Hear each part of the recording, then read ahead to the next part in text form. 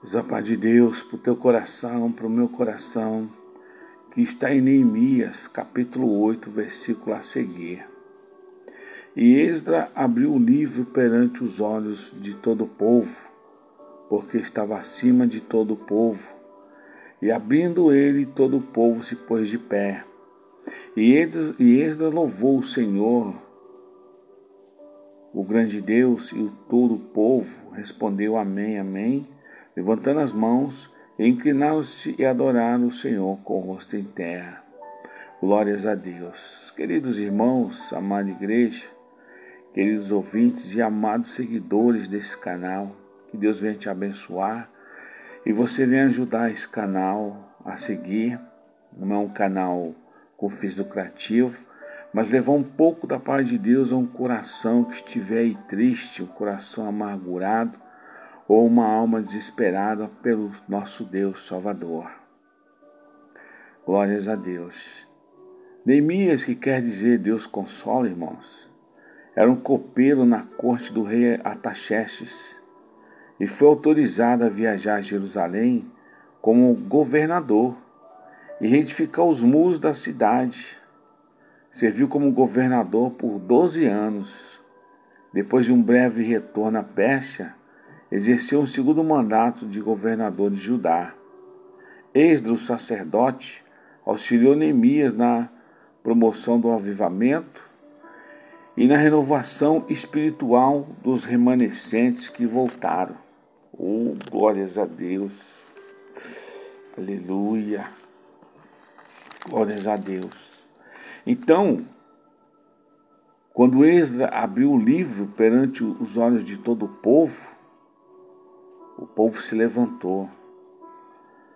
Só um detalhe, hoje na igreja, a pessoa vai pregar a palavra, a pessoa entra, dobra o joelho e vira as costas para o púlpito, enquanto a pessoa está pregando a palavra. A palavra, irmão, tem que ter reverência e respeito. Não é com o celular filmando, não é com o celular procurando fotos, não é chegando na igreja e se ajoelhando em vez de ouvir a palavra já que chegou atrasado. Você vê o respeito. Esdra, o escriba, estava sob um púlpito de madeira. Fizeram aquele fim e estava em pé junto a ele, na sua mão direita, todos aqueles para servir ao Senhor. E quando ele abriu o livro, o povo se pôs de pé, reverência e respeito. Hoje é uma falta de respeito na casa do Senhor. Mas amém. Vamos falar das bênçãos de Deus. Irmãos, quando os crentes verdadeiramente adoram a Deus, muitas bênçãos estão reservadas por Ele. Deus promete que estará com eles, como está lá em Mateus 18:20, que entrará e ceará com eles, como está em Apocalipse 3:20, que envolverá o seu povo com a sua glória, como está lá em 1 Pedro 4:14, que abençoará o seu povo com chuvas de bênçãos, como está em Ezequiel 34:26, especialmente com paz, como está no Salmo 29:11. Oh, glórias a Deus! Então, e que concederá fartura e alegria, como está no Salmo 22, e que responderá às orações do que oras com fé sincera, como está lá em Tiago 5,15, que encherá de novo o seu povo com o Espírito Santo e com ousadia, como está lá em Atos 4,31, que enviará a manifestação do Espírito Santo entre o seu povo, que guiará o seu povo em toda a verdade através do Espírito Santo, que santificará o seu povo pela sua palavra e pelo seu Espírito, que consolará, animará e fortalecerá o seu povo, como está em Isaías 40, capítulo 1, que conservará o povo do pecado, da justiça e do juízo por meio do Espírito Santo, e que salvará os pecadores presentes no culto de adoração sob a convicção do Espírito Santo. Essas são as bênçãos que Deus dá para aqueles que adoram em verdade e justiça. Paulo diz: quando vos ajuntais, cada um de vós tem salmo, tem doutrina, tem revelação, tem língua, tem interpretação. Ou seja, na primeira epístola aos Coríntios, Paulo expõe as principais normativas de adoração deles, irmãos. O princípio dominante para o exercício de qualquer dom espiritual, que seja o Espírito Santo, durante o culto, é o fortalecimento e edificação da congregação inteira. A congregação inteira tem que estar ligada nas coisas ao Senhor em adoração, em oração. E te falo mais sobre outro elemento excepcional na adoração. Irmão, segundo o Novo Testamento, era a prática das ordenanças, o batismo e a ceia do Senhor.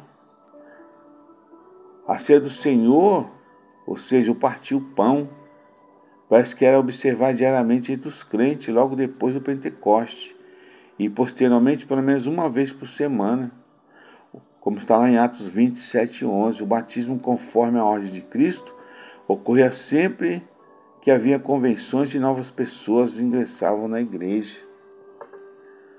Você vê como é importante você ter um respeito dentro da casa do Senhor.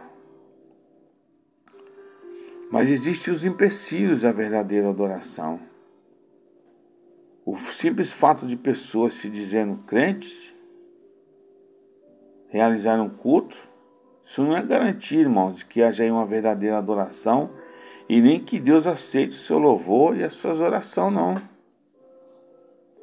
Se a adoração a Deus é uma mera formalidade, somente externa, e o coração do povo de Deus está longe dele, tal adoração não será aceita por ele.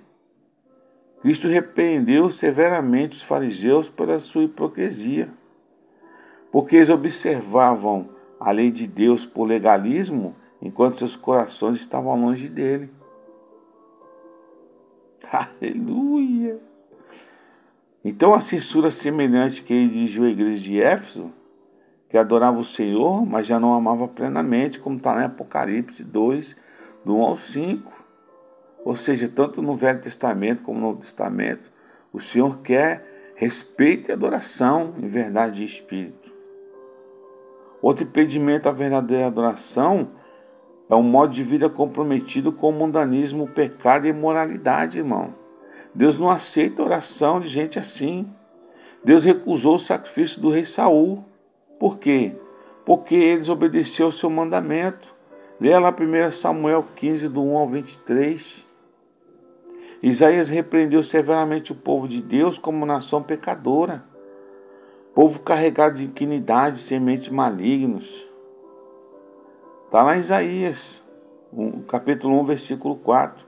E ao mesmo tempo, irmãos, porém esse mesmo povo oferecia sacrifício a Deus e comemorava seus dias santos.